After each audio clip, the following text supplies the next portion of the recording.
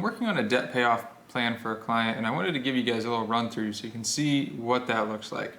This is their current debt payoff plan. If they were to continue on the path they're going, they're not going to pay it off until 2036. We scroll down here, we can see their debts. They have 2 loans plus a credit card, their interest rate, and their balance.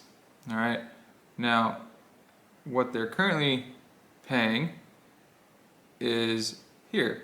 So $150 on the first loan, $100 on the second loan, and $75 to the credit card. So just really a little bit above the minimum payments. Okay, so what we're going to do is see what's the best way to tackle this debt. And the first way we're going to look at here is, what if we simply switched to paying minimums on everything, but then the extra goes towards the highest interest debt? Let's take a look here, how that's going to affect the plan. Huge change already.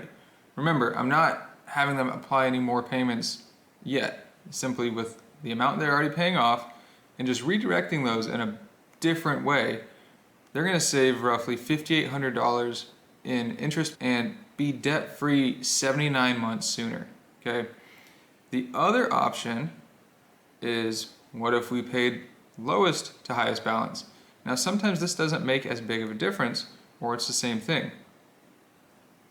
And in this case, it's the same thing.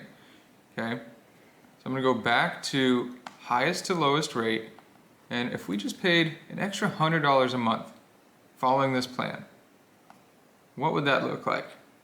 Okay, so we're refreshing. Another huge change. So it went from $5,800 in interest that we're saving to now $9,200 and debt-free 108 months sooner. So instead of 2036, they can be debt-free in 2027 just by adding an extra $100 in payments and directing it toward the high interest loans that they have. Now, the last thing that we can look at here is, what if we actually refinanced one of these cards, right? Let's take a look at the credit, because what you can do with those is a balance transfer. If you have good credit, you can roll your balance from one high interest credit card over, and oftentimes there's specials opening a new card. And like one recently I'm working with on a client is 0% interest for 21 months. So in this case, it goes by terms, which is years, so we're just going to do 2. It's a little longer, but it makes sense. 0% interest during that time. Now, there's usually a cost to doing this, and that's usually 3 to 5% of the balance. Not a huge amount. In this case, it's 150-ish. Now, let's see what this does. If we refinance this card, saves us again another $1,000, and we're that much closer to being debt free.